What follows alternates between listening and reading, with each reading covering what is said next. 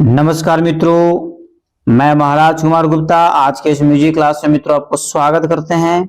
यदि आप BPSC TRE 3 या फिर एस्टेट 2024 की मित्रों तैयारी कर रहे हैं तो यह म्यूजिक क्लास आपके लिए अति महत्वपूर्ण। बच्चों, आज की क्लास में हम लोग कैप्चर करेंगे टीआरई 2.0 में पूछे हुए 80 प्रश्नों को एक साथ लाएं बच्चों, और सभी प्रश्नों का डीपली डिस्कशन भी हम लोग करते चलेंगे। इसलिए क्लास के अंतिम समय तक आप जरूर ज्वाइन किए हुए रहें और इस क्लास को अपने स्टडी ग्रुप में जरूर शेयर कर दें ताकि सभी लोग पढ़ सके और सभी लोग बढ़ सके। बच्चों, इस चैनल पर प्रतिदिन सुबह 8 बजे और जो मेरा न्यू चैनल है दक्ष म्यूजिक क्लासेस मित्रों, उस पर रात्रि 8 बजे मित्रों म्यूजिक के क्लास प्रतिदिन लिए जाते हैं। अतः क्लास को जरूर ज्वाइन करें और कमेंट्स में आंसर जरूर दें। यदि आप सफलता पाना चाहते हैं तो टाइम पर क्लास को ज्वाइन करें और कमेंट में निश्चित आंसर दें। आज का प्रथम प्रश्न है, एक ताल में कितने विभाग होते हैं? फटाफट मित्रों कमेंट्स में आंसर दिया कीजिए कि एक ताल में कितने विभाग होते हैं। तो ए में आपका मित्रों 6 है, बी में आपका 4 है, सी में बच्चों 2, डी में आपका उपयुक्त में से 1 से अधिक, ई में बच्चों उपयुक्त में से कोई नहीं। तो फटाफट जिस प्रश्न का आंसर आपको आ रहा है उस प्रश्न का आंसर आप कमेंट्स में तुरंत दिया कीजिए कि एक ताल में कितने विभाग होते हैं। तो बच्चे आपको बताते चलें कि एक ताल में कुल 6 विभाग होते हैं। ऑप्शन नंबर ए आपका क्या है? सही है। इस प्रकार बच्चों हम लोग क्वेश्चन नंबर 2 पर चलेंगे। प्रश्न संख्या 2 है आपका कि ध्वनि के उत्पन्न होने का कारण क्या है? फट से मित्रों कमेंट्स में आंसर दीजिए कि ध्वनि के उत्पन्न होने का कारण क्या है। जिस प्रश्न का आंसर आपको आ रहा है उस प्रश्न का आंसर आप कमेंट्स में जरूर दीजिए। और एक चीज और मित्रों, गलत आंसर आपको हो जाए उससे घबराने की जरूरत नहीं, आपको याद हो जाएगा। जिस प्रश्न का आंसर यदि आप दे दिए कमेंट्स में, आपको 100% उसका आंसर सही आपको क्या हो जाएगा? याद हो जाएगा। ए में आपका तार कंपन, बी में है हार कंपन, सी में बच्चों ताली कंपन, डी में आपको उपयुक्त में से 1 से अधिक, ई में बच्चों उपयुक्त में से कोई नहीं। तो बताइए मित्रों क्या आंसर होगा कि ध्वनि के उत्पन्न होने का कारण क्या है? तो मित्रों आपको बताते चले कि जो कोई भी आज तक ध्वनि उत्पन्न हो कंपन के कारण होता है। किसी कारण? तार कंपन। एप्पल आंसर क्या है? सही है। ध्वनि के उत्पन्न होने का कारण है तो तार कंपन। अगला प्रश्न मित्रों कि किन्हीं, ध्यान दीजिएगा, किन्हीं भी 2 स्वरों की दूरी को क्या कहते हैं? किन्हीं 2 स्वरों की दूरी को क्या कहते हैं? ए में मित्रों आपका ऑप्शन है सप्तक, बी में मित्रों वादक, डी में स्वर अंतर, सी में स्वर अंतर, डी में उपयुक्त में से 1 से अधिक, ई में बच्चों उपयुक्त में से कोई नहीं। तो फट से आप कमेंट्स में आंसर दीजिए कि किन्हीं भी 2 स्वरों की दूरी को क्या कहते हैं। तो मित्रों किन्हीं भी 2 स्वरों की दूरी को आपको स्वर अंतर बोलते हैं। ऑप्शन नंबर सी आपका क्या है? सही है। फटाफट मित्रों कमेंट्स में आंसर दिया कीजिए, क्योंकि जिस प्रश्न का आंसर आप कमेंट्स में दे देते हैं वह प्रश्न आपको 100% याद हो जाएगा यदि आप एग्जाम को क्वालिफाई करना चाहते हैं तब। अगला प्रश्न मित्रों कि निम्नलिखित में से कौन सा एक संगीत का मुख्य अंग है? ए में आपका गायन है, बी में वादन है, सी में मित्रों नृत्य है, डी में उपयुक्त में से 1 से अधिक, ई में बच्चों उपयुक्त में से कोई नहीं। तो फर्स्ट आप कमेंट्स में आंसर दीजिए कि निम्नलिखित में से कौन सा एक संगीत का मुख्य अंग है। तो मित्रों आपको बताते चले कि संगीत में गायन भी होना चाहिए, वादन भी होना चाहिए, नृत्य भी होना चाहिए, अर्थात डी नंबर ऑप्शन आपका क्या है? सही है। इस प्रकार बच्चों अगले प्रश्न की ओर हम लोग चलेंगे। टोन कितने प्रकार के होते हैं? सेमी टोन और माइनर टोन। तो बताइए टोन कितने प्रकार के होते हैं बच्चों? तो ए में आपका है 3, बी में आपका है 2, सी में बच्चों 4, डी में आपको उपयुक्त में से 1 से अधिक, ई में मित्रों आपको उपयुक्त में से कोई नहीं। तो फट से आप कमेंट्स में आंसर दीजिए कि टोन कितने प्रकार के होते हैं। तो मित्रों आपको बताते चले कि टोन आपका 2 प्रकार के होते हैं। कितने प्रकार के होते हैं? 2 प्रकार का। इस प्रकार इस प्रश्न का आंसर आपका बॉल सही है।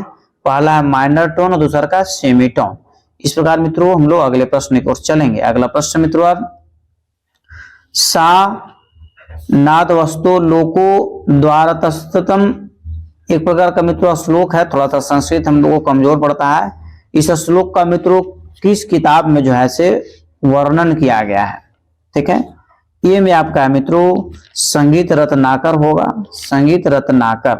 ठीक है, ये में संगीत रत्नाकर, बी में अनुपम संगीत, सी में मित्रों संगीत दर्पण, डी में आपका उपयुक्त में से 1 से अधिक, ई में बच्चों उपयुक्त में से कोई नहीं। तो फट सब कमेंट्स में आंसर दीजिए कि यह जो श्लोक दिया हुआ है यह श्लोक किस किताब में मित्रों वर्णन है।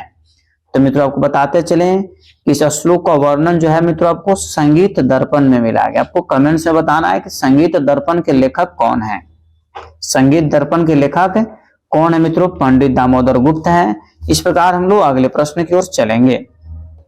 पाश्चात्य संगीत का सच्चा स्वर सप्तक क्या कहलाता है? पाश्चात्य संगीत का सच्चा स्वर सप्तक क्या कहलाता है?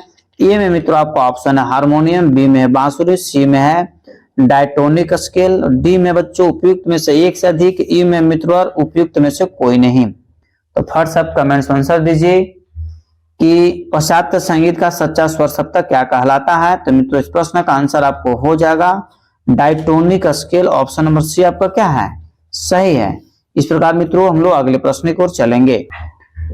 वैदिक कालीन संगीत क्या होता है? फर्स्ट मित्रों कमेंट्स में आंसर दीजिए कि वैदिक कालीन संगीत क्या होता है। ए में मित्रों आपको भारतीय रागों का मौलिक संगठन, बी में वीणा संगीत का नाम, सी में मित्रों आपका वेदों में संगीत का वर्णन, डी में आपका उपयुक्त में से एक से अधिक, ई में बच्चों आपको उपयुक्त में से कोई नहीं। तो बताइए बच्चों क्या आंसर होगा?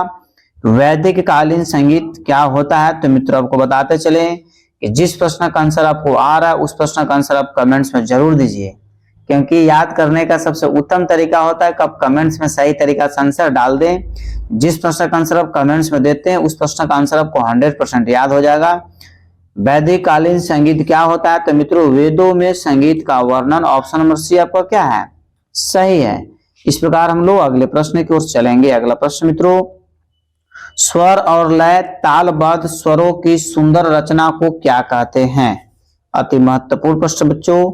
स्वर और लय तालबद्ध शब्दों की सुंदर रचना को क्या कहते हैं? ए में आपका मित्रों ऑप्शन है गीत, बी में पंडित, सी में मित्रों नायक, डी में आपका उपयुक्त में से एक से अधिक और ई में आपका उपयुक्त में से कोई नहीं। बताइए क्या आंसर होगा? स्वर और लय तालबद्ध शब्दों की सुंदर रचना को क्या कहते हैं? तो मित्रों आपको बताते चले इस प्रश्न का आंसर आपको हो जाएगा गीत बोलते हैं। क्या बोलते हैं? गीत कहने का मतलब है कि ऑप्शन नंबर ए आपका क्या है? सही है। इस प्रकार मित्रों हम लोग अगले प्रश्न की ओर चलेंगे। छोटी छोटी तानों की लड़ी जिस गायन शैली में प्रयोग की जाती है उसको क्या बोलते हैं? बताइए फर्स्ट आंसर एकदम। बच्चों एक चीज जरूर बताएंगे कि पेड फॉर पीडीएफ आपका जो है कोर्स चल रहा है। आप तत्काल जो है मित्रों इस नंबर पर हमसे कांटेक्ट करके मित्रों आप इसे पीडीएफ फाइल प्राप्त कर सकते हैं ई बुक की तरह मित्रों, जिससे है कि कम समय में आपको अधिक से अधिक प्रश्नों का याद हो जाएगा। ए में आपका बच्चों टप्पा है, बी में ताल है, सी में लय है, डी में मित्रों उपयुक्त में से एक से अधिक, ई में उपयुक्त में से कोई नहीं। बताइए क्या आंसर होगा कि छोटी छोटी तानों की लड़ी किस गायन शैली में प्रयोग की जाती है? तो मित्रों इस प्रश्न का आंसर आपको हो जाएगा लय में, मतलब ऑप्शन नंबर सी आपका क्या है? सही है। इस प्रकार मित्रों अगले प्रश्न की ओर हम लोग चलेंगे। अगला प्रश्न मित्रों, तानपुरा सितार अथवा बीना के तार को छोड़ने से क्या उत्पन्न होती है? फर्स्ट आंसर दीजिए कमेंट्स में कि तानपुरा सितार अथवा बीना के तारों को छोड़ने से क्या उत्पन्न होती है? मित्रों इसके पहले में एक प्रश्न बताए थे कि किसी भी तार को यदि छोड़ा जाता है तो उससे क्या उत्पन्न होता है। वही प्रश्न क्या थोड़ा सा घुमा दिया है आपको। तो मित्रों ए में आपका तार है, बी में ध्वनि है, सी में कला है, डी में उपयुक्त में से एक से अधिक, ई में बच्चों उपयुक्त में से कोई नहीं। तो मित्रों इस प्रश्न का आंसर किसी भी तार को हम छोड़ेंगे तो उससे ध्वनि उत्पन्न होता है। क्या उत्पन्न होता है? ध्वनि। ऑप्शन में बी आपका क्या है? सही है। सभी बच्चे का कमेंट्स बहुत अच्छे तरीका से आ रहा है मित्रों। यदि जीवन में सफल होना है इसे अपने स्टडी ग्रुप में जरूर शेयर कर दीजिए और सभी बच्चों को एक साथ जुड़ने के लिए सुबह 8 बजे, ठीक है, सुबह 8 बजे और रात्रि 8 बजे मित्रों जरूर क्लास को ज्वाइन करें। तो 3 ताल में 5वीं मात्रा पर कौन सी ताली आती है? इसी तरीका से आप लोग कमेंट्स में आंसर देते रहिए। तो ए में आपका है 4, बी में 3, सी में बच्चों 3 और डी में उपयुक्त में से एक से अधिक, ई में मित्रों उपयुक्त में से कोई नहीं। बताइए क्या आंसर होगा कि 3 ताल में 5वीं मात्रा पर कौन सी ताली आती है? तो मित्रों आपको बताते चलें इस प्रश्न का आंसर जो आपका हो जाएगा 2, मतलब ऑप्शन नंबर बी आपका क्या है? सही है। 3 ताल में 5वीं मात्रा पर कौन सी ताली आती है? तो दूसरी ताली आती है। इस प्रकार मित्रों हम लोग अगले प्रश्न की ओर चलेंगे। अगला प्रश्न है कि संगीत में 2 स्वरों के पारस्परिक संबंध को क्या कहते हैं? संगीत में 2 स्वरों के पारस्परिक संबंध को क्या कहते हैं? ए में आपका गुणांतर, बी में मित्रों वादक, सी में आपका स्वरांतर, डी में है उपयुक्त में से कोई नहीं, ये में बच्चों आपका उपयुक्त में से एक से अधिक। बताइए क्या आंसर होगा कि संगीत में दो स्वरों के पारस्परिक संबंध को क्या कहते हैं। तो मित्रों आपको बताते चले कि जिस प्रश्न का आंसर आपको आ रहा है उसे कमेंट्स में आप जरूर आंसर दें। तो मित्रों इसको गुणांतर बोलते हैं। क्या बोलते हैं? स्वरों में दो स्वरों के पारस्परिक संबंध को क्या बोलते हैं? गुणांतर बोलते हैं। एप्पल आंसर मित्रों आपको क्या है? सही। इस प्रकार मित्रों आज के हम लोग 15 नंबर प्रश्न पर चलेंगे। आधुनिक काल कौन सी शताब्दी से प्रारंभ होती है? आधुनिक काल कौन सी शताब्दी से प्रारंभ होती है? ए में आपका 13वीं शताब्दी, बी में 15वीं शताब्दी, सी में बच्चों आपका 19वीं शताब्दी, डी में उपयुक्त में से एक से अधिक, ई में मित्रों उपयुक्त में से कोई नहीं। तो फट से कमेंट्स में आंसर दीजिए कि आधुनिक काल कौन सी शताब्दी से प्रारंभ होती है। तो मित्रों को बताते चलें कि आधुनिक काल जो है 19वीं शताब्दी से जैसे प्रारंभ होती है। ऑप्शन नंबर सी आपका क्या है? सही है। मित्रों इसे अपने स्टडी ग्रुप में जरूर शेयर कर दें और सभी को सुबह 8 बजे और रात्रि 8 बजे क्लास को ज्वाइन करने के लिए जरूर बोले। यदि एक साथ सभी बच्चे यदि क्लास को ज्वाइन करते हैं और सभी बच्चे कमेंट्स में आंसर देते हैं तो निश्चित है कि आप सभी का रिजल्ट हो जाएगा। बिना में कितने तार होते हैं? बहुत अच्छा आप लोग कमेंट्स में आंसर दे रहे हैं कि बिना में कितने तार होते हैं।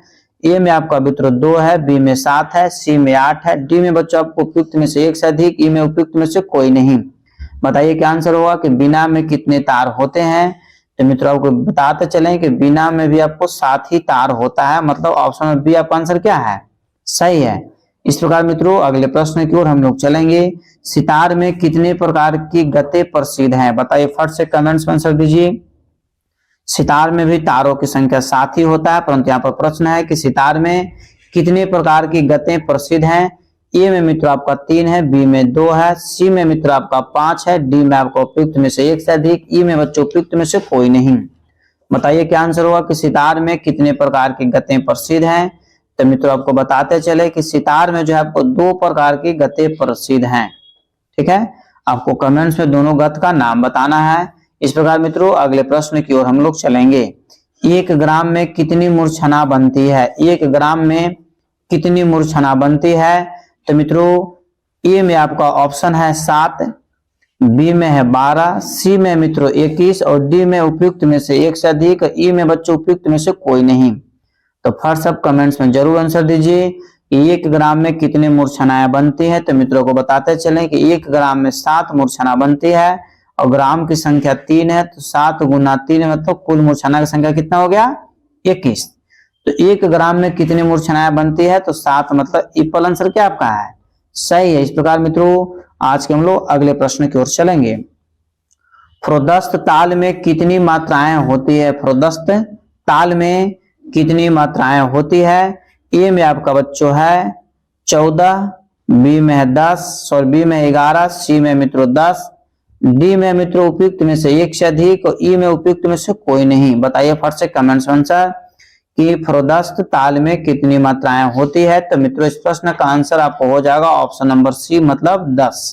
ठीक है, इस प्रकार मित्रों अगले प्रश्न की ओर हम लोग चलेंगे। अगला प्रश्न है तत्ववाद को चुने। फट से आप इस प्रश्न का आंसर कमेंट्स में दीजिए और तब तक इसे शेयर भी अपने स्टडी ग्रुप में जरूर क्या कर दिया कि जितने भी आपके पास जैसे डिजिटल ऐप रखे हुए व्हाट्सएप हो, टेलीग्राम हो, इंस्टाग्राम हो, सभी जगह मित्रों इस वीडियो को फैला दें ताकि हमें भी सपोर्ट मिले और आपके साथ जितने भी सगे संबंधित व्यक्ति पढ़ रहे हैं, ठीक है, उन सभी एक साथ यदि जुड़ जाएंगे और सभी एक साथ कमेंट्स में आंसर आज देने लगेंगे तो निश्चित है कि सबका रिजल्ट हो जाएगा। तो तत्ववाद आप लोग का सभी का बहुत ही अच्छा आंसर आया, सभी का आंसर सही है।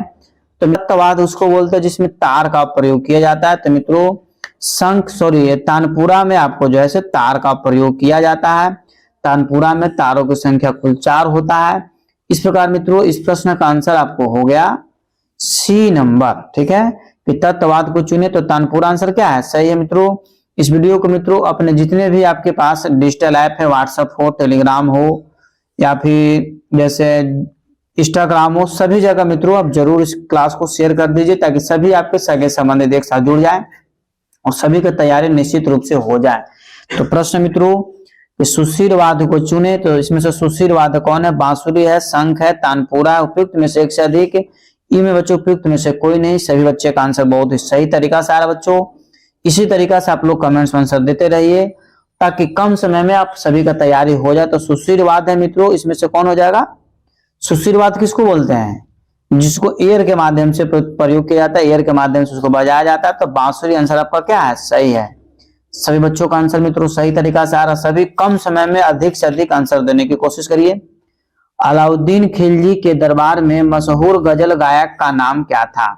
ए में आपका अमीर खुसरो, बी में तानसेन, सी में मित्रों इनायम खां और डी में आपका उपयुक्त में से एक से अधिक, ई में बच्चों उपयुक्त में से कोई नहीं।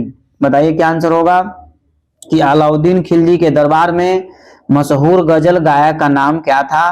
तो मित्रों आपको बताते चलें कि इसका आंसर आपको हो जाएगा कि अलाउद्दीन खिलजी के दरबार में मशहूर गजल गायक अमीर खुसरो साहब थे। एप्पल आंसर क्या है? सही है। इस प्रकार बच्चों हम लोग अगले प्रश्न की ओर चलेंगे। राग भूपाली में कौन सा स्वर वर्जित है? राग भूपाली में कौन सा स्वर वर्जित है? ए में आपका मित्रों म और ध है, बी में स और रे है, सी में बच्चों प और सा, डी में उपयुक्त में से एक से अधिक, ई में बच्चों उपयुक्त में से कोई नहीं। तो फट से आप कमेंट्स में आंसर दीजिए कि राग भूपाली में कौन सा स्वर वर्जित है।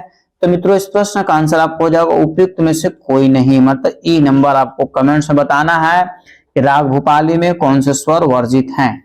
अगला प्रश्न मित्रों, किस वाद्य यंत्र में संगीत के सप्त स्वरों जैसे 7 छेद पाए जाते हैं? ए में मन हॉल पाया जाता है, ठीक है। ए में तानपुरा, बी में मित्रों शंख, सी में बांसुरी, डी में उपयुक्त में से एक से अधिक, ई में मित्रों उपयुक्त में से कोई नहीं। फट से बच्चों कमेंट्स में आप आंसर दिया कीजिए कि किस वाद्य यंत्र में संगीत के सप्त स्वरों जैसे 7 छिद्र पाए जाते हैं। तो मित्रों इस प्रश्न का आंसर आपको हो जाएगा बांसुरी में। किसमें? बांसुरी में मित्रों। इस प्रकार हम लोग अगले प्रश्न की ओर चलेंगे। अगला प्रश्न मित्रों कि वेंकटमुखी ने कितने स्वरों का वर्णन किया है? फर्स्ट से मित्रों कमेंट्स में आंसर, इस प्रश्न का आपको कमेंट्स में आंसर जरूर देना चाहिए कि पंडित वेंकटमुखी ने कितने स्वरों का वर्णन किया है। ए में आपका ऑप्शन है 6, बी में 12, सी में 8, डी में उपयुक्त में से एक से अधिक, ई में बच्चों उपयुक्त में से कोई नहीं। हर सब कमेंट्स में आंसर दीजिए कि वेंकटमुखी ने कितने स्वरों का वर्णन किया है। तो मित्रों आपको बताते चलें कि वेंकटमुखी साहब जो है से कुल 12 स्वरों का वर्णन किए हैं।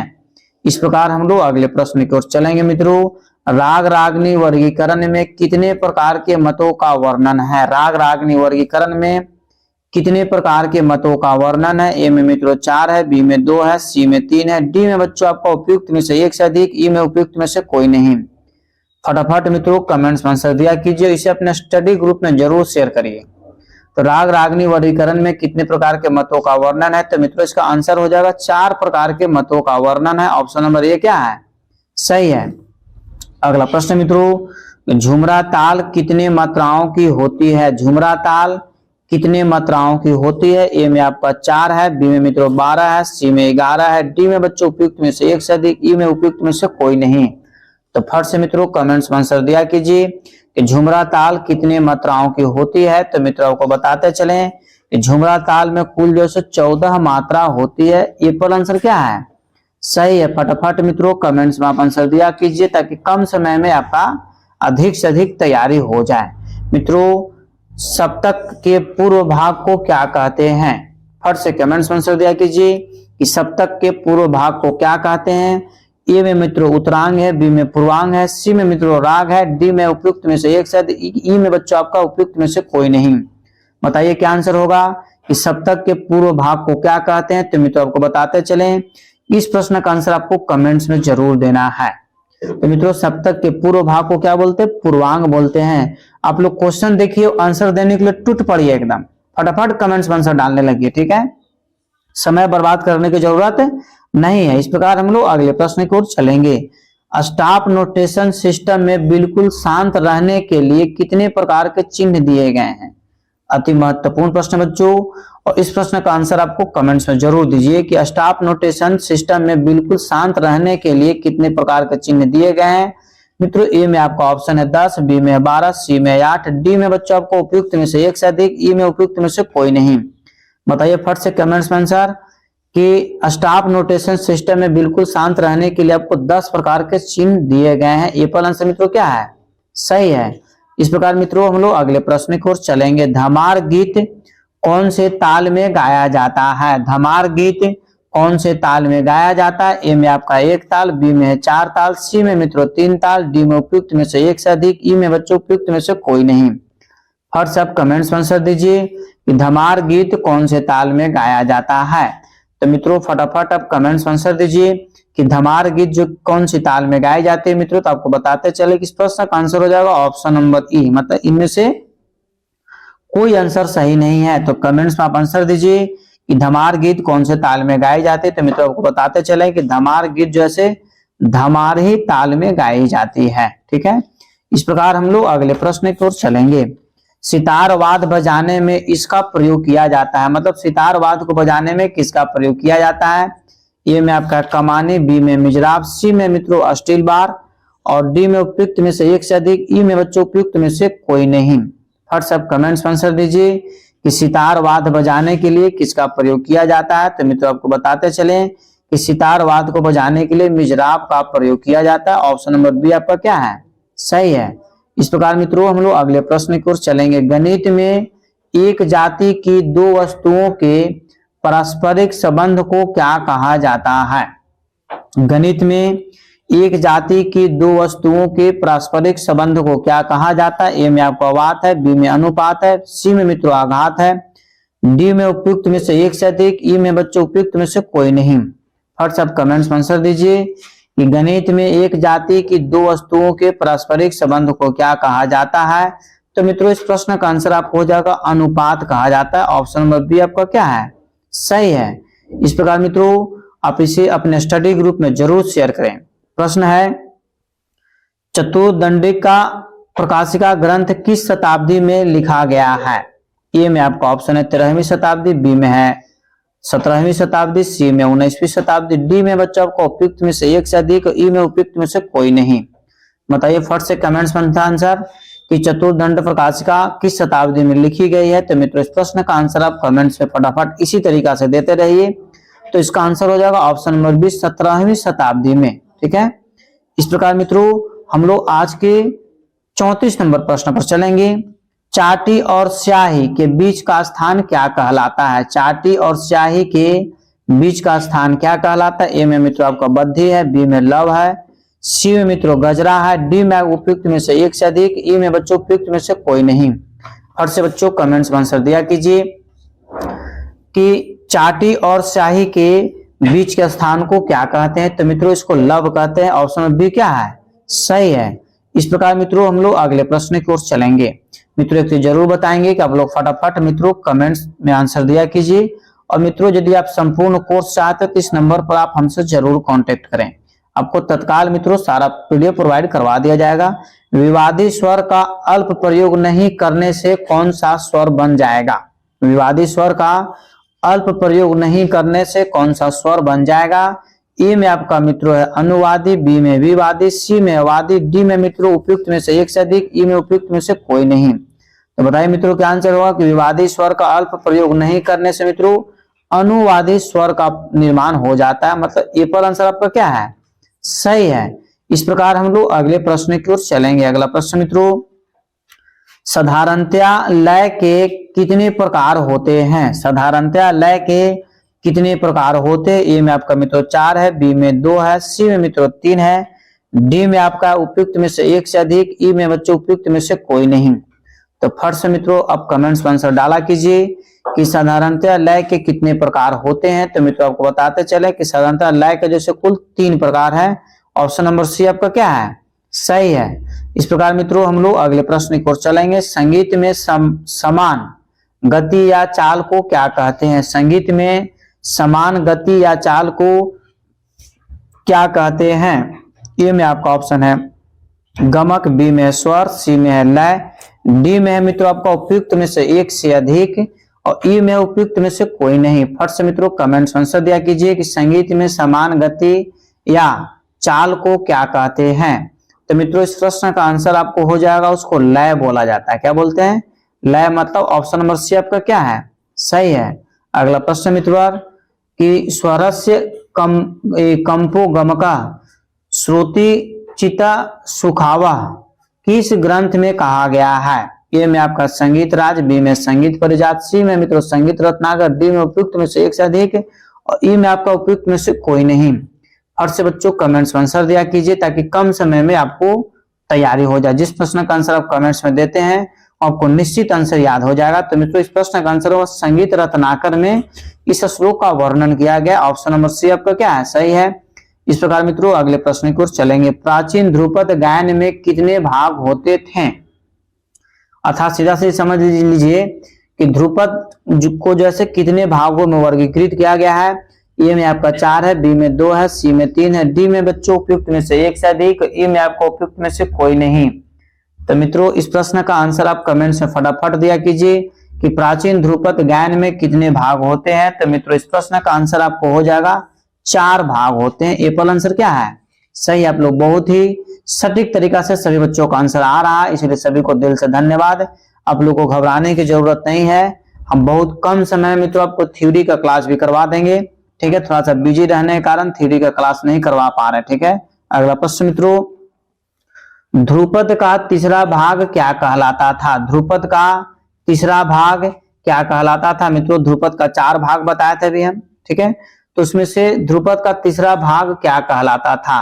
मित्रों आप इसका कमेंट्स में आंसर जरूर दीजिए। ए में आपका भोग है, बी में तान है, सी में संचारी है, डी में मित्रों उपयुक्त में से 1 से अधिक, ई में आपको उपयुक्त में से कोई नहीं। फट से आप कमेंट्स में आंसर दिया कीजिए कि ध्रुपद का तीसरा भाग क्या कहलाता था। तो मित्रों आपको बताते चले कि ध्रुपद का तीसरा भाग मित्रों संचारी कहलाता है। ऑप्शन नंबर सी आपका क्या है, सही है। इस प्रकार मित्रों अगले प्रश्न की ओर चलेंगे। उस्ताद अल्लाह रखा खां के गुरु कौन थे? बताइए, फट से एकदम कमेंट्स में आंसर दिया कीजिए। उस्ताद अल्लाह रखा खां के गुरु कौन थे? आपको बताते चले मित्रों कि अल्लाह रखा खां के पुत्र हैं जाकिर हुसैन साहब, ठीक है। परंतु आपको बताना है कि उस्ताद अल्लाह रखा खां का गुरु कौन थे। ए में आपका नाना साहब से, बी में है कादिर बख्श, सी में मित्रों पंडित किशन महाराज, डी में उपयुक्त में से 1 से अधिक, ई में बच्चों उपयुक्त में से कोई नहीं। फट से आप कमेंट्स आंसर दिया कीजिए। उस्ताद अल्लाह रखा खां के गुरु कौन थे? तो मित्रों आपको बताते चले उस्ताद अल्लाह रखा खां के जो गुरु थे कादिर बख्श साहब थे। ऑप्शन नंबर बी आपका क्या है, सही है, ठीक है मित्रों। इस प्रकार हम लोग अगले प्रश्न की ओर चलेंगे। अगला प्रश्न मित्रों कि हिंदुस्तानी संगीत में 10 थाट पद्धति का प्रचलन किसने किया? हिंदुस्तानी संगीत पद्धति में 10 थाटों पद्धति का प्रचलन किसने किया? ए में पंडित विष्णु दिगंबर पलुस्कर साहब, बी में पंडित नारायण राव व्यास साहब, सी में मित्रों पंडित विष्णु नारायण भागखंडे साहब, डी में उपयुक्त में से 1 से अधिक, ई में बच्चों उपयुक्त में से कोई नहीं। हर सब कमेंट्स में जरूर आंसर दिया कीजिए कि हिंदुस्तानी संगीत में 10 थाट पद्धति का प्रचलन किसने किया। तो मित्रों आपको बताते चले कि हिंदुस्तानी संगीत में 10 थाट पद्धति का जो मित्रों प्रचलन किए हैं वर्तमान समय में, तो पंडित विष्णु नारायण भागखंडे साहब। ऑप्शन नंबर सी आपका क्या है, सही है। इस प्रकार हम लोग अगले प्रश्न की ओर चलेंगे। प्रत्येक ताल अथवा तालबद्ध रचना को कुछ छोटे छोटे विभागों में विभाजित करना क्या कहलाता है? ठीक है, अति महत्वपूर्ण प्रश्न बच्चों। सभी के सभी प्रश्न आपको TRE 2.0 में पूछा हुआ प्रश्न है। प्रत्येक ताल अथवा तालबद्ध रचना को कुछ छोटे छोटे विभागों में विभाजित करना क्या कहलाता है? ए में आपका मित्रों आभोग है, बी में तान है, सी में मित्रों विभाग है, डी में उपयुक्त में से 1 से अधिक, ई में बच्चों उपयुक्त में से कोई नहीं। हर सब कमेंट्स में आंसर दिया कीजिए कि प्रत्येक ताल अथवा तालबद्ध रचना को कुछ छोटे छोटे विभागों में विभाजित करना क्या कहलाता है? इसी तरीके बहुत अच्छा तो विभाग कहलाता है। ऑप्शन नंबर सी आपका क्या है, सही है। सभी बच्चे का आंसर करीब करीब सही आ रहा है। इसी तरीके से आप लोग प्रतिदिन सुबह 8 बजे और रात्रि 8 बजे क्लास को जरूर ज्वाइन करें, ठीक है। वादी और संवादी में कितने स्वरों की दूरी रहती है? फट से मित्रों कमेंट्स में आंसर दिया कीजिए कि वादी और संवादी में कितने स्वरों की दूरी होती है। ए में मित्रों 4 और 5, बी में 2 और 3, सी में मित्रों 3 और 2 और डी में मित्रों उपयुक्त में से 1 से अधिक, ई में बच्चों उपयुक्त में से कोई नहीं। फट से कमेंट्स में आंसर दीजिए कि वादी और संवादी में कितने स्वरों की दूरी रहती है। तो मित्रों आपको बताते चले कि वादी और संवादी में 4 से 5 स्वरों की दूरी होती है। ऑप्शन नंबर ए पर आपका क्या है, सही है। फटाफट आप लोग कमेंट्स में इसी तरीके से आंसर देते रहिए। वह छोटा सा छोटा स्वर समुदाय जिससे किसी राग का बोध हो उसे क्या कहलाता है? ठीक है, वह छोटा से छोटा स्वर समुदाय जिससे किसी राग का बोध हो वह क्या कहलाता है? ए में आपका मित्रों जाति है, बी में यति है, सी में मित्रों पकड़ है, डी में उपयुक्त में से 1 से अधिक, ई में बच्चों उपयुक्त में से कोई नहीं। फट से आप कमेंट्स में आंसर दिया कीजिए। वह छोटा से छोटा स्वर समुदाय जिसे किसी राग का बोध हो वह क्या कहलाता है? तो मित्रों उसको पकड़ बोला जाता है। ऑप्शन नंबर सी क्या है? सत्य है। फटाफट मित्रों कमेंट्स में आंसर दिया कीजिए। बड़े गुलाम अली किस घराने से थे? अब इस प्रश्न का आंसर आपको कमेंट्स में देना अति आवश्यक है। बड़े गुलाम अली किस घराने के थे? तो मित्रों आपको ए में आपको ऑप्शन है ग्वालियर घराना, बी में पटियाला घराना, सी में मित्रों आगरा घराना, डी में उपयुक्त में से एक से अधिक, ई में बच्चों उपयुक्त में से कोई नहीं। बताइए फट से कमेंट्स में आंसर कि बड़े गुलाम अली का संबंध किस घराने से था? तो मित्रों आपको बताते चले कि बड़े गुलाम अली का संबंध आपको पटियाला घराना से था। ऑप्शन नंबर बी आपका क्या है मित्रों? सही है। इस प्रकार हम लोग अगले प्रश्न की ओर चलेंगे।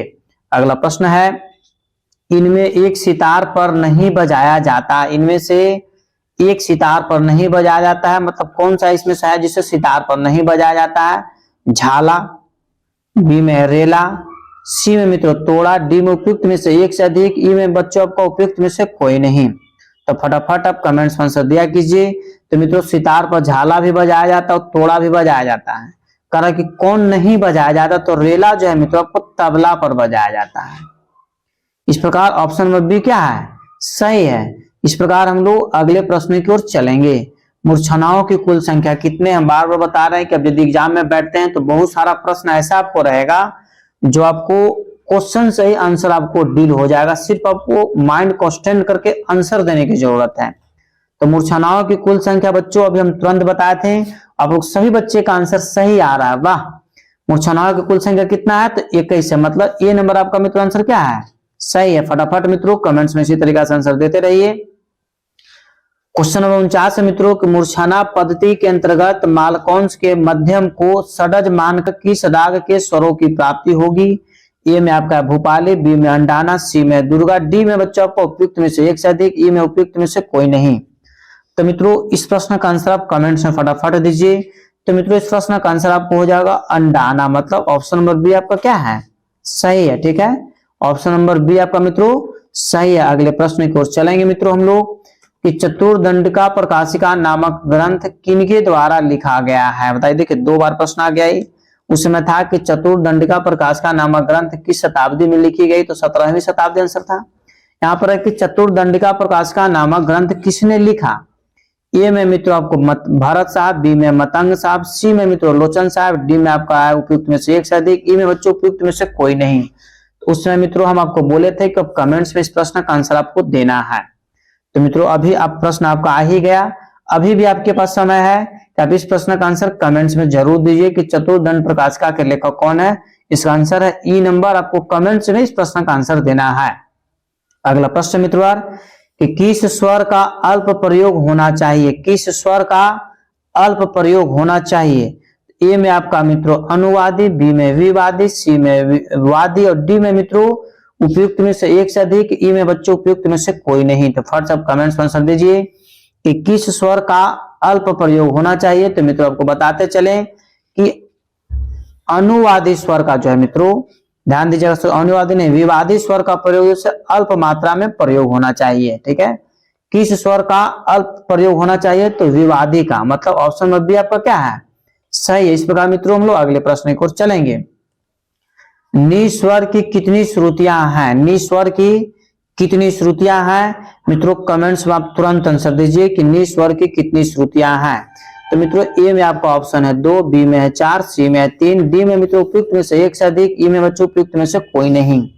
तो मित्रों फर्स्ट आप कमेंट्स में आंसर दीजिए कि नि स्वर की कितनी श्रुतियां हैं। तो मित्रों आपको बताते चले कि नि स्वर की कुल 2 श्रुतियां हैं। ए पर आंसर मित्रों आपका क्या है? सही है। ठीक है, इस प्रकार हम लोग अगले प्रश्न की ओर चलेंगे। अगला प्रश्न मित्रों सप्तक के दूसरे भाग को क्या कहते हैं? सप्तक के दूसरे भाग को क्या कहते हैं? ए में आपका उत्तरांग है, बी में मित्रों पूर्वांग है, सी में मित्रों राग है, डी में उपयुक्त में से एक से अधिक, ई में बच्चों उपयुक्त में से कोई नहीं। तो फर्स्ट मित्रों कमेंट्स में आंसर दीजिए कि सप्तक के दूसरे भाग को क्या कहते हैं। तो मित्रों आपको बताते चले कि सप्तक के दूसरे भाग को पूर्वांग कहते हैं। ऑप्शन नंबर ए पर आपका क्या है? सही है। अब पहला भाग को उत्तरांग बोलते हैं। अगला प्रश्न मित्रों कि ध्रुपद का चौथा भाग क्या कहलाता है? ध्रुपद के कुल जो से 4 भाग है। तो मित्रों आपको अभी तुरंत बताए थे कि ध्रुपद के चौथा भाग को क्या कहते हैं, तीसरा भाग को मित्रों संचारी कहते हैं, परंतु यहाँ पर चौथा भाग पूछा हुआ है कि ध्रुपद का चौथा भाग क्या कहलाता है। तो मित्रों ए में अभोग, बी में तान, सी में संचारी, डी में मित्रों एक से अधिक, ई में उपयुक्त में से कोई नहीं। बताइए दोस्तों क्या आंसर होगा कि ध्रुपद का चौथा भाग क्या कहलाता है। तो बच्चों ध्रुपद का चौथा भाग अभोग कहलाता है। ए पर आंसर आपका क्या है, सही है। इस प्रकार हम लोग अगले प्रश्न की ओर चलेंगे। दो तालियों के बीच का समय क्या कहलाता है। दो तालियों के बीच का समय क्या कहलाता है। ए में मित्रों 4 मात्रा, बी में 1 मात्रा, सी में मित्रों 5 मात्रा, डी में उपयुक्त में से एक से अधिक, ई में बच्चों उपयुक्त में से कोई नहीं। फट से आप कमेंट्स में आंसर दीजिए कि दो तालियों के बीच का समय क्या कहलाता है। तो ए में मित्रों 4 मात्रा, बी में 1 मात्रा, सी में 5 मात्रा, डी में उपयुक्त में से एक से अधिक। तो मित्रों आप लोग सभी बच्चे का कमेंट्स में आंसर आ रहे हैं, इसके लिए सभी को धन्यवाद। इसका आंसर होगा मित्रों ऑप्शन नंबर बी, मतलब 1 मात्रा। ठीक है। इस प्रकार बच्चों अगले प्रश्न की ओर चलेंगे कि भरी किसको कहते हैं। बताइए फट से कमेंट्स में आंसर कि भरी किसको कहा जाता है। ए में मित्रों आपको खाली को, बी में ताली को, सी में सम को, डी में मित्रों उपयुक्त में से एक से अधिक, ई में आपको उपयुक्त में से कोई नहीं। फट से बच्चों कमेंट्स में आंसर दिया कीजिए कि भरी किसको कहते हैं। तो मित्रों आपको बताते चले कि भरी जो बोला जाता है मित्रों ताली को बोला जाता है। ऑप्शन नंबर बी आपका क्या है, सही है। इस प्रकार मित्रों अगले प्रश्न की ओर हम लोग चलेंगे। अगला प्रश्न मित्रों कि जहां ध्वनि ना करके केवल हाथ ताली हिला दिया जाए क्या कहलाता है। ध्यान दीजिए मित्रों, जहां ध्वनि ना करके केवल हाथ हिला दिया जाए क्या कहलाता है। ए में मित्रों खाली, बी में ताली, सी में सम, डी में मित्रों उपयुक्त में से एक से अधिक, ई में उपयुक्त में से कोई नहीं। फर्स्ट आप कमेंट्स में आंसर दीजिए कि जहां ध्वनि न करके केवल हाथ हिला दिया जाए उसे हम लोग क्या बोलते हैं बच्चों, तो उसको खाली बोला जाता है। ए पर आंसर क्या है, सही है। ठीक है, ध्वनि उत्पन्न नहीं किया जाता, सिर्फ हाथ हिला दिया जाता है टाटा बाय बाय की तरह, उसको मित्रों खाली बोला जाता है। अगला प्रश्न है राग उत्पन्न करने की क्षमता किसमें होती है। राग उत्पन्न करने की क्षमता किसमें होती है। ए में आपका जाति है, बी में मित्रों यति है, सी में पकड़ है, डी में मित्रों उपयुक्त में से एक से अधिक, ई में बच्चों उपयुक्त में से कोई नहीं। फर्स्ट सब कमेंट्स में आंसर दीजिए कि राग उत्पन्न करने की क्षमता किसमें होती है। तो मित्रों फटाफट अब कमेंट्स में आंसर दिया कीजिए। तो मित्रों इसका आंसर आपको हो जाएगा उपयुक्त में से कोई नहीं। तो आपको कमेंट्स में बताना है कि राग उत्पन्न की क्षमता किसमें होती है। तो मित्रों आपको बताते चले कि राग उत्पन्न करने की जो क्षमता होती है ठाट में होती है। ठीक है, इस प्रकार हम लोग अगले प्रश्न की ओर चलेंगे। जो स्वर अपने निश्चित स्थान से थोड़ा उतर जाता है अथवा चढ़ जाता है उसे क्या कहलाते हैं। तीव्र स्वर, कोमल स्वर, विकृति स्वर, उपयुक्त में से एक से अधिक या फिर उपयुक्त में से कोई नहीं। फट से मित्रों कमेंट्स में आंसर दीजिए कि जो स्वर अपने निश्चित स्थान से थोड़ा उतर जाते हैं अथवा थोड़ा चढ़ जाते हैं उसे क्या कहलाते हैं। मित्रों इस प्रश्न का आंसर हम बहुत बार बता चुके हैं। तो मित्रों उसको विकृति स्वर बोला जाता है। सभी बच्चों का आंसर सही आया है, इसीलिए सभी को धन्यवाद। मित्रों आप इसे स्टडी ग्रुप में जरूर शेयर करें और अपने सगे संबंधित को जरूर सूचित करें।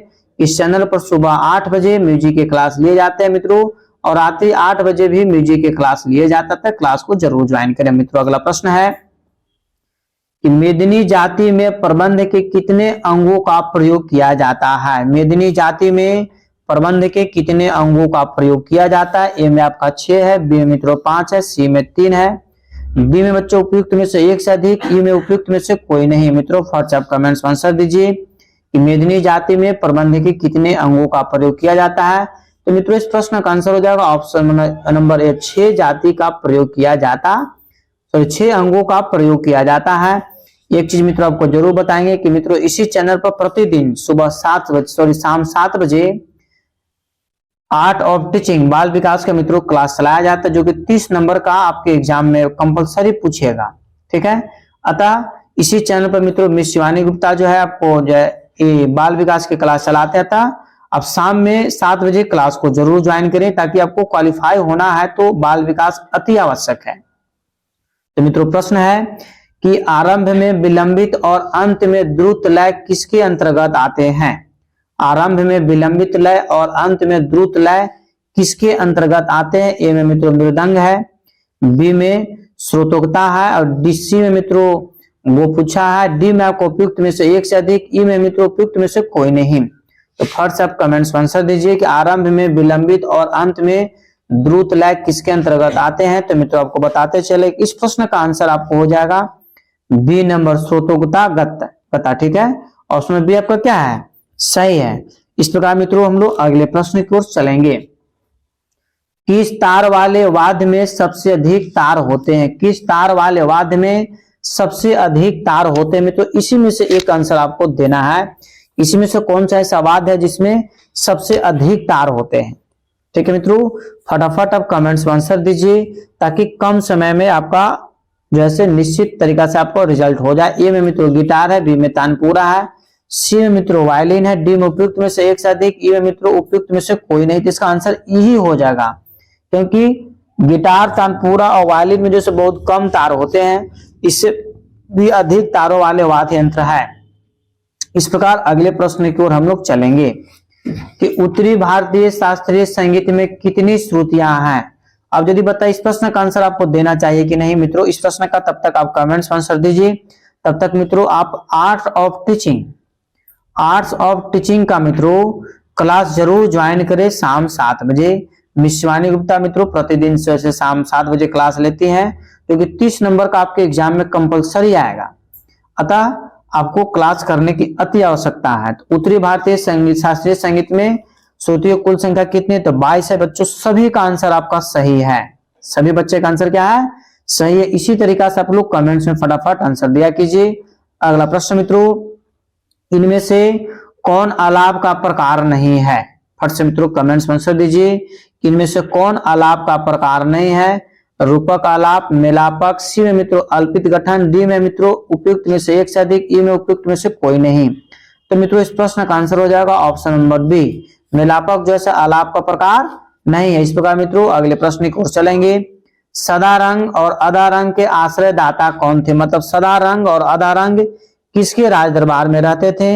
ए में आपका मित्रों ऑप्शन है बहादुर शाह जफर, बी में मोहम्मद शाह रंगीला, सी में मित्रों जहांगीर, डी में उपयुक्त में से एक से अधिक, ई में मित्रों उपयुक्त में से कोई नहीं। तो बताइए मित्रों क्या आंसर होगा कि सदा रंग और अदा रंग किसके दरबार में रहते थे? तो मित्रों मोहम्मद शाह रंगीला के दरबार में रहा करते थे। ठीक है, इस प्रकार इस प्रश्न का आंसर क्या हो गया? Option number B. इस प्रकार मित्रों अगले प्रश्न की ओर हम लोग चलेंगे।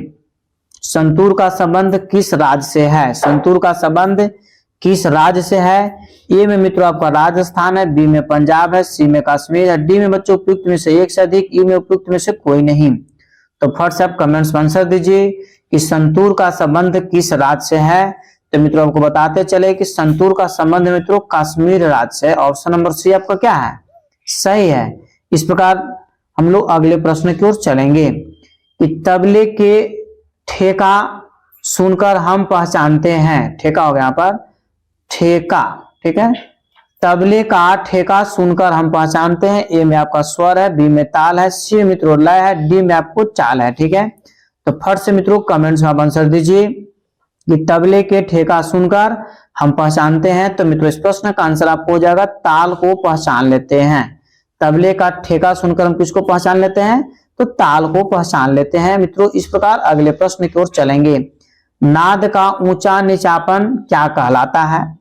ए में आपका मित्रों तारता है, बी में तीव्रता है, सी में नाद की जाति है, डी में मित्रों उपयुक्त में से एक से अधिक, ई में उपयुक्त में से कोई नहीं। फट से मित्रों कमेंट्स में आंसर दीजिए कि नाद का ऊंचा नीचापन क्या कहलाता है। तो मित्रों इस प्रश्न का आंसर हो जाएगा कि नाद का ऊंचा नीचापन तारता पिच को बोलते हैं, PITCH। ठीक है, मतलब ए पर आंसर आपका क्या है? सही है। इस प्रकार मित्रों हम लोग अगले प्रश्न की ओर चलेंगे। अगला प्रश्न मित्रों, प्रथम मात्रा पर पढ़ने वाली ताली को क्या कहते हैं? प्रथम मात्रा पर पढ़ने वाली ताली को क्या कहते हैं? ए में आपका खाली है, बी में ताली है, सी मित्रों सम है, डी में उपयुक्त में से एक से अधिक, ई में बच्चों उपयुक्त में से कोई नहीं। तो मित्रों फर्स्ट आप कमेंट्स में आंसर दीजिए कि प्रथम मात्रा पर पढ़ने वाली ताली को क्या कहते हैं। तो मित्रों को बताते चले इस प्रश्न का आंसर जो आपको हो जाएगा मित्रों सम कहते हैं। ऑप्शन नंबर सी आपका क्या है? सही है। इस प्रकार हम लोग अगले प्रश्न की ओर चलेंगे। मित्रों अगला प्रश्न है विभिन्न मात्राओं के विविध समूहों को क्या कहते हैं? विभिन्न मात्राओं के विविध समूहों को क्या कहते हैं? ए में मित्रों अभाग है, बी में तान है, सी में ताल है, डी में मित्रों उपयुक्त में से एक से अधिक है, ई में बच्चों उपयुक्त में से कोई नहीं। तो फट से मित्रों कमेंट्स में आप आंसर दीजिए कि विभिन्न मात्राओं के विविध समूहों को क्या कहते हैं?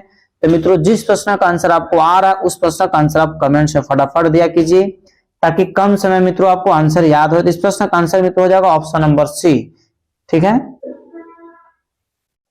प्रश्न मित्रों ध्यान दीजिएगा बारीकी से कि अंश स्वर से क्या तात्पर्य है। अंश स्वर से क्या तात्पर्य है मित्रों। ए में आपका जीव स्वर, जी में है जाति स्वर, सी में मित्रों गृह स्वर, डी में उपयुक्त में से एक से अधिक, ई में बच्चों उपयुक्त में से कोई नहीं। तो फर्स्ट मित्रों कमेंट्स में आप आंसर दीजिए कि अंश स्वर से क्या तात्पर्य है। तो मित्रों जिस प्रश्न का आंसर आपका आ रहा है उस प्रश्न का आंसर आप कमेंट्स में जरूर दिया कीजिए। तो मित्रों अंश स्वर का तात्पर्य है जीव स्वर, मतलब ए पर आंसर आपका क्या है, सही है। इस प्रकार मित्रों आज के हम लोग 72 नंबर प्रश्न पर चलेंगे कि यदि यति होगा, यहाँ पर क्या होगा यति, ध्यान दीजिएगा। यति प्रस्तार ताल के अंतर्गत इनमें से संबंधित है। मतलब यति और प्रस्तार क्या है, आवर्तन है कि 10 प्राणों में से है कि झूलना परण है कि डी में मित्रों उपयुक्त में से एक से अधिक है, ई में बच्चों आपको उपयुक्त में से कोई नहीं। तो फटाफट मित्रों कमेंट्स में आप आंसर दीजिए। जिस प्रश्न का आंसर आपको आ रहा है उस प्रश्न का आंसर आप कमेंट्स में जरूर दिया कीजिए। तो मित्रों ये 10 प्राणों में से मित्रों 2 प्राण का ही नाम है, मतलब ऑप्शन नंबर बी आपका क्या है, सही है। संतूरवाद संबंधित है। फट से मित्रों कमेंट्स में आप आंसर दीजिए कि संतूरवाद संबंधित है। ए में है मित्रों आपका महमूद धौलपुरा, बी में है मित्रों आपका ध्यान दीजिएगा शिव कुमार शर्मा, सी में हरिप्रसाद चौरसिया और डी में है मित्रों आपका उपयुक्त में से एक से अधिक, और मित्रों ई में आपका उपयुक्त में से कोई नहीं, ई में आपका उपयुक्त में से कोई नहीं। फट से मित्रों कमेंट्स में आप आंसर दीजिए किस प्रश्न का आंसर क्या होगा। जिस प्रश्न का आंसर आपको आ रहा है उस प्रश्न का आंसर आपको कमेंट्स में मित्रों तुरंत डाल देना है, ताकि कम समय में आपको अधिक से अधिक प्रश्नों का याद हो जाए। तो मित्रों संतूरवाद संबंधित है किन से, मतलब कौन सा ऐसा व्यक्ति जो संतूरवाद बजाते हैं। सभी का आंसर मित्रों बहुत सही ढंग से आ रहा है। इसका शिव कुमार शर्मा का संबंध किससे, संतूरवादक से। ठीक है, इस प्रकार मित्रों अगले प्रश्न की ओर चलेंगे। इनमें एक औड़ो जाति का राग है। सबसे पहले मित्रों आपको बताते चले कि औड़ो जाति उसको बोलते हैं जिसमें 5 स्वरों का प्रयोग होता है। तो इनमें से औड़ो जाति का राग है। ए में काफी है, बी में खमाज है, सी में मित्रों मालकौन से, डी में उपयुक्त में से एक से अधिक है बच्चों, ई में उपयुक्त में से कोई नहीं। तो मित्रों फट से आप कमेंट्स में आंसर दीजिए कि इनमें से एक औड़ो जाति के राग हैं। तो मित्रों इस प्रश्न का आंसर आपका हो जाएगा, ध्यान दीजिएगा मालकौंस, मतलब ऑप्शन नंबर सी आपका क्या है, सही है। इस प्रकार दोस्तों अगले प्रश्न की ओर हम लोग चलेंगे। अगला प्रश्न मित्रों कि टप्पा का जनक किसे माना जाता है। फट से आप कमेंट्स में इस प्रश्न का आंसर दीजिए कि टप्पा का जनक किसे माना जाता है। यदि आप इस प्रश्न का आंसर नहीं देते मित्रों तो बहुत ही दुख की बात है कि बहुत इसी प्रश्न का आंसर आप सही तरीका से नहीं दे पाए। तो टप्पा का जो मित्रों जनक है, ए में आपको वाजिद अली शाह, बी में रामधनी गुप्ता, सी में मित्रों सौरी मियां, डी में उपयुक्त में से एक से अधिक, ई में बच्चों उपयुक्त में से कोई नहीं। तो आप लोग सभी बच्चे का आंसर इसका सही आया, इसके लिए सभी को धन्यवाद। ठीक है, इसी तरीके से आप लोग सभी प्रश्न का आंसर क्वेश्चन देखते एकदम भूखाल शेर की तरह टूट पड़ी आंसर देने के लिए, देखिएगा तो आपका रिजल्ट नहीं होता है। तो टप्पा का जनक जैसे सौरी मियां, आप लोग सभी का आंसर सही मित्रों। इस प्रकार हम लोग अगले प्रश्न की ओर चलेंगे। भारतीय संगीत की कितनी पद्धतियां होती है। भारतीय संगीत की कितनी पद्धतियां होती है मित्रों। इस प्रश्न का आंसर हम बहुत बार बता चुके हैं। ए में आपका मित्रों 1 है, बी में 2 है, सी में 3 है, डी मित्रों उपयुक्त में से एक से अधिक, ई में बच्चों उपयुक्त में से कोई नहीं। तो फर्स्ट आप कमेंट्स में आंसर दीजिए कि भारतीय संगीत की कितनी पद्धतियां होती है। तो मित्रों आपको बताते चले कि भारतीय संगीत की कुल 2 पद्धतियां होती है। आपको कमेंट्स में बताना है कि भारतीय संगीत की जो 2 पद्धतियां हैं कौन कौन से हैं। ठीक है, इस प्रकार मित्रों हम लोग अगले प्रश्न की ओर चलेंगे। अगला प्रश्न है ये झपताल के विभाग, मतलब इनमें से कौन सा विभाग है जिसको झपताल के अंतर्गत रखा गया है। आप मित्रों अध्ययन कीजिए कि 2 3 3 2 2 3 2 3 2 6 2 या उपयुक्त में से एक से अधिक या मित्रों उपयुक्त में से कोई नहीं। तो मित्रों फर्स्ट आप कमेंट्स में आंसर दीजिए कि झपताल के जो ताल होता है मित्रों उसका मात्रा 2 3 2 3 2 3 2 3, मतलब ऑप्शन बी आपका क्या है, सही है। इस प्रकार मित्रों हम लोग अगले प्रश्न की ओर चलेंगे जो कि अति महत्वपूर्ण है। मित्रों एक चीज जरूर बोलेंगे कि आप एक बहुत कठिन मेहनत करने के उपरांत मित्रों वीडियो बनाया जाता था, लाइक वीडियो को जरूर किया कीजिए। और यदि आप सफलता पाना चाहते हैं तो मित्रों अपने स्टडी ग्रुप में से जरूर शेयर करिए ताकि सभी आपके सगे संबंधित मित्र एक साथ जुड़ जाए, क्योंकि इस चैनल पर सुबह 8 बजे और रात्रि 8 बजे मित्रों म्यूजिक के क्लास चलाए जाते हैं।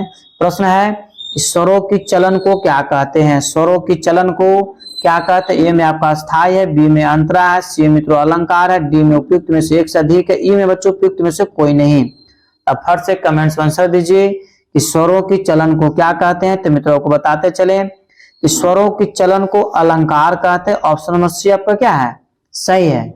मित्रों सभी प्रश्न आपको हम रिपीटेशन क्वेश्चन लाया जो आपको एग्जाम में पूछा गया है, वही क्वेश्चन टीआरई 2 का मित्रों पूछा हुआ प्रश्न आपके पास हम लाए। मित्रों प्रश्न है कि कौन सा राग कल्याण थाट से आता है? कौन सा राग कल्याण थाट से आता है? तो ए में मित्रों आपका ऑप्शन है जोग, बी में मित्रों सारंग, सी में यमन, डी में मित्रों उपयुक्त में से एक से अधिक, ई में बच्चों उपयुक्त में से कोई नहीं। तो बताइए मित्रों क्या आंसर होगा कि कौन सा राग कल्याण थाट से आता है। तो मित्रों आपको बताते चले यमन राग जैसे कल्याण थाट से आता है। इस प्रकार मित्रों सभी प्रश्न अति महत्वपूर्ण है। आप कमेंट से फटाफट आंसर इसी तरीका से देते रहिए। मित्रों आज का यह अंतिम प्रश्न है, रूपक ताल की खाली कितनी मात्रा पर होती है? रूपक ताल का खाली कितनी मात्रा पर होती है? ए में आपका मित्रों पहली मात्रा, बी में दूसरी मात्रा, सी में तीसरी मात्रा, डी में बच्चों उपयुक्त में से एक से अधिक, ई में बच्चों आपका उपयुक्त में से कोई नहीं। तो फर्स्ट आप कमेंट्स में आंसर दीजिए कि रूपक ताल की खाली कितनी मात्रा पर होती है। तो मित्रों आपको बताते चले कि रूपक ताल की खाली जो है मित्रों पहली मात्रा पर होती है। किस मात्रा पर होती है? पहली मात्रा पर। ए पर आंसर मित्रों आपका आंसर क्या है? सही है।